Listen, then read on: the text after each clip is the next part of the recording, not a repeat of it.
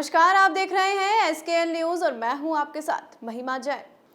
अगर बंगाल के चुनाव से फ्री हो गए हैं मोदी जी, तो जरा कुर्सी से अपनी नजर हटाइए और अर्थव्यवस्था पर डालिए। अगर आप फ्री है तो, नहीं तो आम जनता तो भुगत ही रही है। जो बड़े बड़े वादे मैनिफेस्टो में किए गए, लगता है वह बंगाल के चुनाव के कारण आप भूल गए हैं। और आपके एक वादे पर ही आज हम चर्चा करेंगे। जिस वादे से हम सब रूबरू हैं वो है अर्थव्यवस्था। देखिए एसकेएल न्यूज की खास रिपोर्ट। जी हाँ, देश का हाल भी देख लीजिए, वह भयानक होता जा रहा है। यह बात आज से ठीक 11 महीने पहले आरबीआई के पूर्व गवर्नर रघुराम राजन ने बताई और सरकार को चेतावनी देते हुए कहा था कि बैंकों की हालत खस्ता है और आने वाले समय में फंसा हुआ कर्ज इतना बढ़ जाएगा कि वह संभाले नहीं संभलेगा। इसका मतलब जानिए। जी हाँ, इसका मतलब सीधा साधा ये है कि लोगों की कमाई का ठिकाना नहीं होगा। अब आदमी कमाएगा नहीं तो कर्ज चुकाएगा कैसे।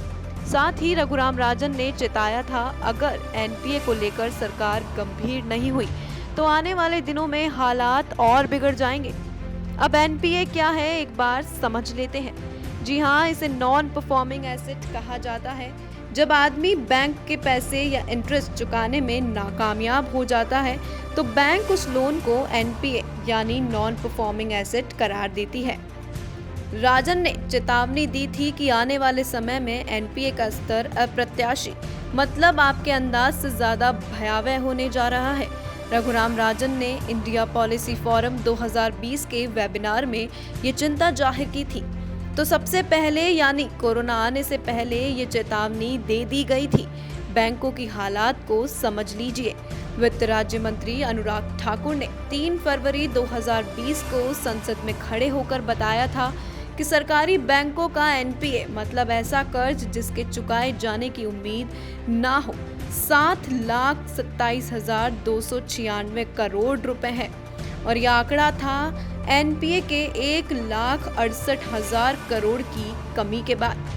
साथ ही यह भी कहा गया था कि पहली तिमाही में, मतलब अप्रैल से लेकर सितंबर तक, बैंकों में 1,13,374 करोड़ रुपए का फ्रॉड हो गया है। जी हाँ, ये हालात एक दिन में नहीं हुए हैं और ना ही इसका कारण कोरोना है। इसके लिए रिजर्व बैंक के आंकड़ों को जरा पीछे जाकर देखना होगा। ये आंकड़े खुद वित्त मंत्री अनुराग ठाकुर ने सरकार की उपलब्धियों के तौर पर पेश किए थे। सुनिएगा।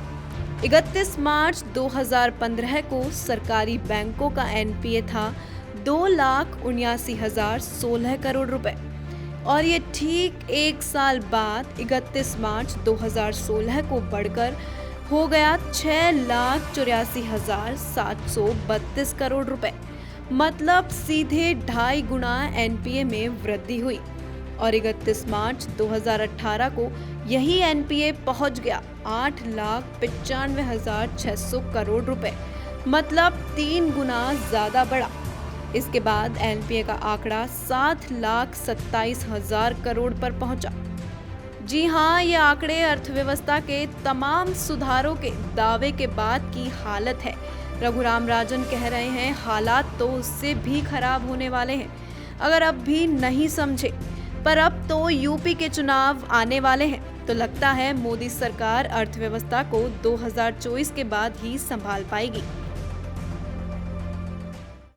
अब तो यूपी के चुनाव आने वाले हैं तो लगता है मोदी सरकार अर्थव्यवस्था को 2024 के बाद ही संभाल पाएगी। जनता ने जैसे कांग्रेस सरकार को अपनी गलती सुधारने का मौका दिया, हो सकता है वैसे ही बीजेपी को करारा जवाब दे।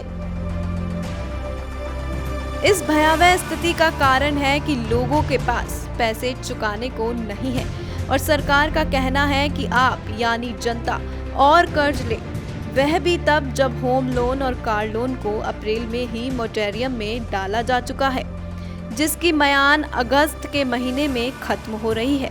मतलब सरकार पहले से मान रही है कि लोग चुका नहीं सकते और रघुराम राजन कह रहे हैं कि हालात और बिगड़ेंगे। एक नजर डालते हैं जनधन खाते पर।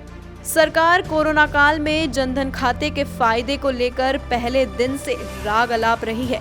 योगी आदित्यनाथ कह रहे हैं कि हमने मजदूरों को जनधन खाते से पैसा दिया है। निर्मला सीतारमण ने कहा था कि मनरेगा का पैसा भी हमने खाते में दिया है। वहीं नीतीश कुमार ने कहा कि हमने प्रवासी मजदूरों को पैसा दिया है। लेकिन रघुराम राजन ने कहा है कि असलियत में जनधन खाते का प्रचार प्रसार जितना किया गया उतना उसने काम नहीं किया। इसके पीछे के कारणों से भी अवगत होना अवश्य है। 14 जुलाई को निर्मला सीतारमण ने टाइम्स ऑफ इंडिया में एक निबंध लिखा था। निबंध का शीर्षक था तगड़ा फैसला, मजबूत राजनीतिक इरादे।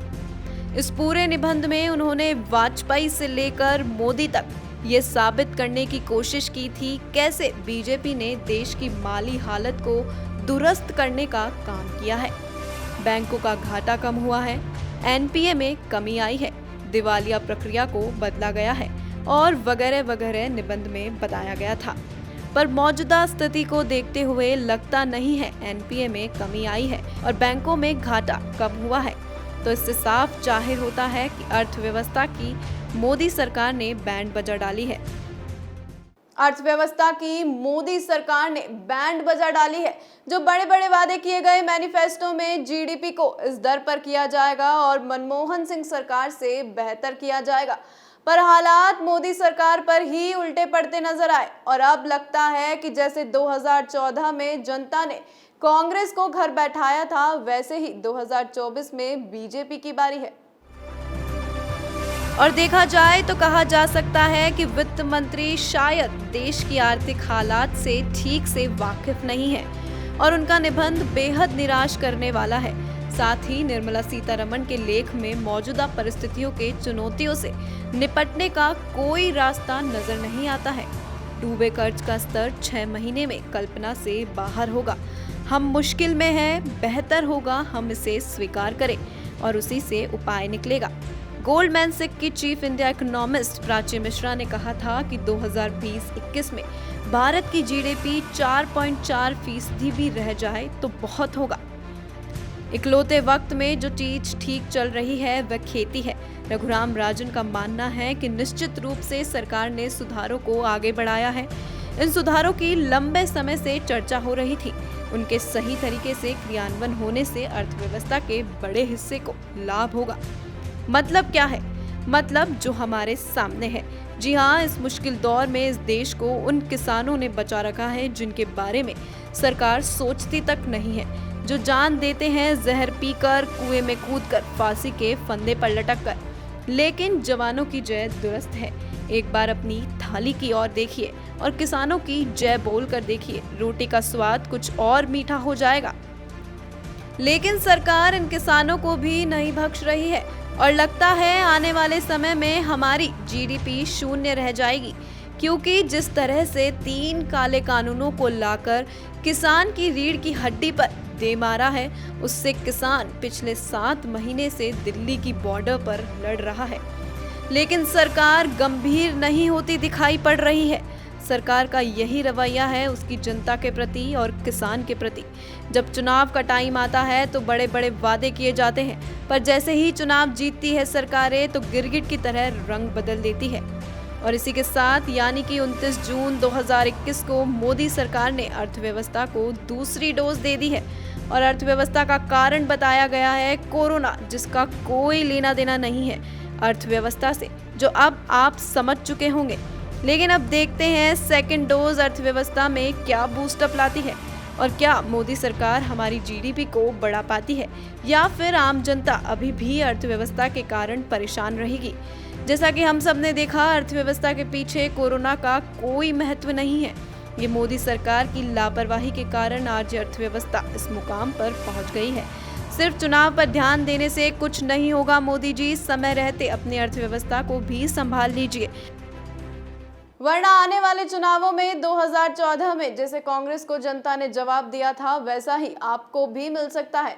क्योंकि जनता अपने हित के लिए सरकारें चुनती है और आप पर भरोसा करके 5 साल देश की सत्ता को आपके हाथों में सौंपा था, पर आप उन वादों पर खरा नहीं उतर पा रहे हैं और आम जनता अर्थव्यवस्था के कारण त्राहिमाम हो रही है। फिलहाल के लिए इतना ही। आप देखते रहिए SKL न्यूज़। नमस्कार। पल पल बदलती दुनिया की खबरों की जानकारी के लिए आज ही SKL न्यूज को सब्सक्राइब करें। हर अपडेट से जुड़ने के लिए बेल आइकन को दबाएं और SKL न्यूज के वीडियो को लाइक करें, शेयर करके सभी तक पहुंचाएं।